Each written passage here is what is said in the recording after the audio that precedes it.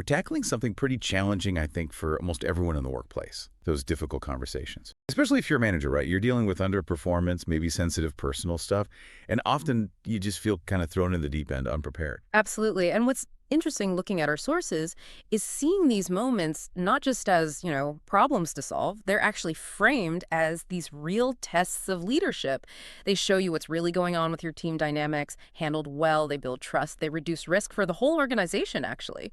You end up with a more resilient, more transparent culture overall. If these talks are so vital, where do we even start with preparing? Our sources seem to agree that success starts way before you even sit down. So how do you set that stage effectively? Yeah, the big thing that comes through is building psychological safety. And what the sources mean by that is creating an environment where people feel safe, safe to speak up, maybe take a calculated risk, admit a mistake, without fearing they'll be penalized for it. Okay, and how do you build that?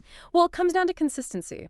Regular one-on-one check-ins, open communication channels, so that baseline of trust is already there before an issue pops up. It just makes employees way less likely to get defensive or feel like they've been ambushed, you know? That makes total sense. Yep. Yeah, if that trust isn't there beforehand, any feedback, even if it's meant well, could just hit a wall of defensiveness. And it's not just about a general feeling of safety, is it?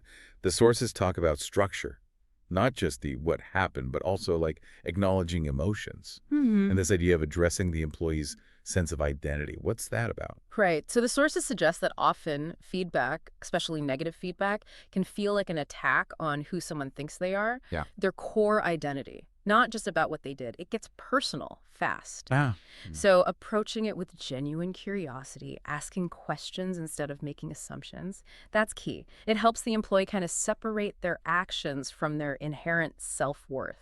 It becomes a growth moment, not an indictment. okay, so you've laid the groundwork, built some trust. Now you're actually in the conversation. How do the sources say we should communicate when the stakes feel really high? A big theme is adopting a coaching mindset. And it's not just asking any open-ended question. The sources push for diagnostic ones.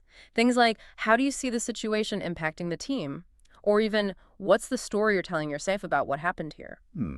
Interesting phrasing. The story. Yeah, questions like that get beneath the surface, right? They uncover assumptions. It shifts the whole thing towards collaboration, towards solving the problem together, rather than you just telling them what's wrong. That sounds much more productive. Yeah. These difficult conversations, they're so much more than just HR compliance or risk management. There are these pivotal moments, opportunities to reinforce your core values, strengthen relationships, and actually drive meaningful change.